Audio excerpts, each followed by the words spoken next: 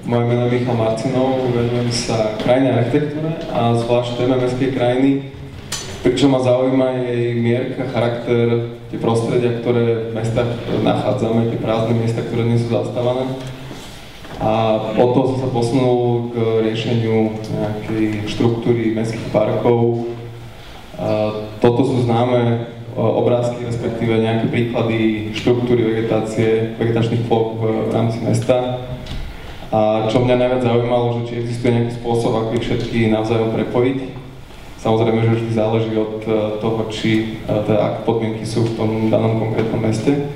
Toto je modelový príklad Žilina, kde sa mi podarilo identifikovať na základe geometrie alebo urbanistických vzťahov 64 parkov, tzv. Susedského významu alebo v anglickom výraze neighborhood parks, ktoré majú v podstate tú základnú vybavenosť.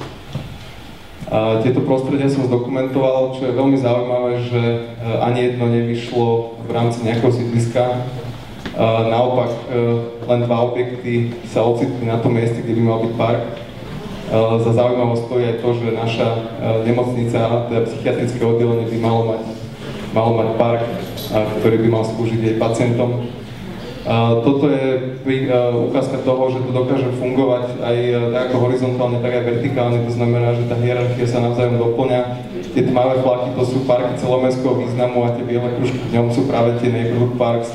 To znamená, že obsahujú tú základnú vybavenosť a tá krajina medzi nimi môže byť najmenej dotknutá. V rámci tejto štruktúry som dospel aj k tomuto príkladu, čo je park pod Rondlom, respektíve v rámci zóny kultúrneho centra stanice Zariečie. Tie podmienky sú veľmi nepriaznivé vzhľadom k tomu, že to susedí s priemyselnými zónami a s vojenskými kasárňami a tam vzadu vidíte nevyužívaný objekt, čo znamená, že tá sociálna kontrola v rámci toho parku nie je dostatočná a tí ľudia na stanici nemajú kapacity na to, aby to zvládli kontrolovať. Takže bolo veľmi náročné prísť na to, akým spôsobom využívať park. Pracovali sme samozrejme v spolupráci s ďalšími architektami a dizajnermi na tej forme dvora na stanici. Toto je v podstate príklad toho, akú funkciu môžete umiestniť do toho parku tak, aby to bolo OK. Toto je najproblematickejšie miesto a rozhodli sme sa tam umiestniť profesionálnych cvičiarov psov, alebo teda cvičar pre psov, ktorý bude oplotený a tým pádom vytvorí nejakú bariéru pre tie nečakané vplyvy alebo nechcené. Toto je detské ihrisko, ktoré je nezvyčajne preťaté cestnou komunikáciou pre zásobovanie budúcej galérie a divadelné sály. Vyžadalo sa nejaké oporné konštrukcie, ktoré sú s podvalou železničných, čo je takisto ten materiál nespĺňa normy slovenské ani európske. Autorom tohto ihriska tých prvkov je Michal Hanula, umelecký rezbár pôsobiaci v Ružomberku. Výborne to funguje, nakoľko rodičia pijú pivo na terase, na slnečku a sledujú, ako sa deti hrajú. Pokračovať chceme v rozširovaní toho parku, aj keď nebude fungovať pre ľudí, ale bude vytvárať zelenú strechu nad touto križovatkou. Ten spôsob vlastne, respektíve vyvinulo sa to všetko od toho, že riaditeľ kultúrneho centra chcel postaviť tunely, to bol taký jeho prvý nápad. My sa snažili nájsť spôsob, ako vytvoriť ten efekt a nepotrebujeme na to žiadne konštrukcie, žiadne tunely, vysádzať stromy. Akým spôsobom, tak jedna zo stratégií je, že každý novozvolený primátor zasadí strom, ktorý bude dnes jeho meno a toto je akože ten napravuje vývoj po 94 rokoch. Je to vízia nejakých 100 rokov bez toho. Toto je súťaž Park Račanské mýto, ktoré sme sa zúčastnili spolu s Vítom Haladom a Benjaminom Bradňanským, Monrom Kurekom a Tomášom Krištekom. Skončili sme na 4. mieste, čiže zemiak. Ale zaujímavé bolo pracovať s tým prostredím, pretože je to exponované miesto v rámci Nového mesta, čiže aj Staré mesto využíva tento priestor. Na základe nejakých vstupných informácií, ktoré sme dostali, sme dlho tápali nad tým, že ktorým smerom sa uberať, vytvárať hranicu, nevytvárať hranicu, nejaký silný prvok, nejaké prostredie v rámci toho parku.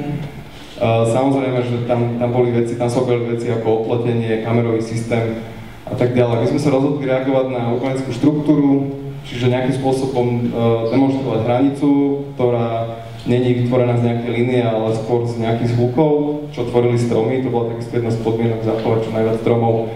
Tá štruktúra sa dokáže dostať medzi domy, Pracovali sme teda so stromami, s tým priestorom medzi stromami a koruny stromov v podstate definovali nejaké plochy a my sme doplňali tie plochy o materiály ako piesok, je napríklad pre výbeh psov, mulčovacia kôra pre hniezdenie vtákov, potom je pikniková lúka, detské ihrisko, dopravné ihrisko, kultúrna záhrada s kamenným povrchom.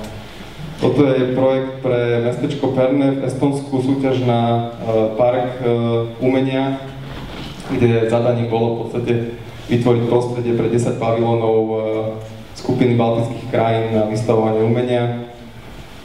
Keďže sme nevyhrali, v podstate na základe tých výsledkov sme zistili, že sme sa k tomu postavili presne naopak a zaoberali sme sa viac prostredím, ktoré okupuje jeden veľký objekt, v podstate otvoria dve menšie sály s veľkou strechou, ďalej samotné pavilóny, ktoré môžu vyzerať hoc ako, a ďalej prostredia spevnených, nespevnených ploch a zase doplnenie vegetácie. Tie prostredia mali byť v podstate pre každý pavilón iné a čo nám prišlo fajn bolo to, že každý rok ten pavilón môže zakotviť pri inom prostredí a môže sa do neho otvoriť alebo nemusí a vie ho využívať iným spôsobom. Prostredia ako námestie, háj, motýlia, lúka, piesočné duny a podobne. Takže toto boli nejaké vizualizácie, vidieť tie piesočné duny. To bola veľká polemika, že či náhodou týchto končinách ten piesok nakoniec aj tak vietor neodfúkne. A samozrejme sme mysleli aj na také základné vybavenie, ako je skatepark, veľká trampolína, ľudisko a tak ďalej. Ďakujem za pozornosť.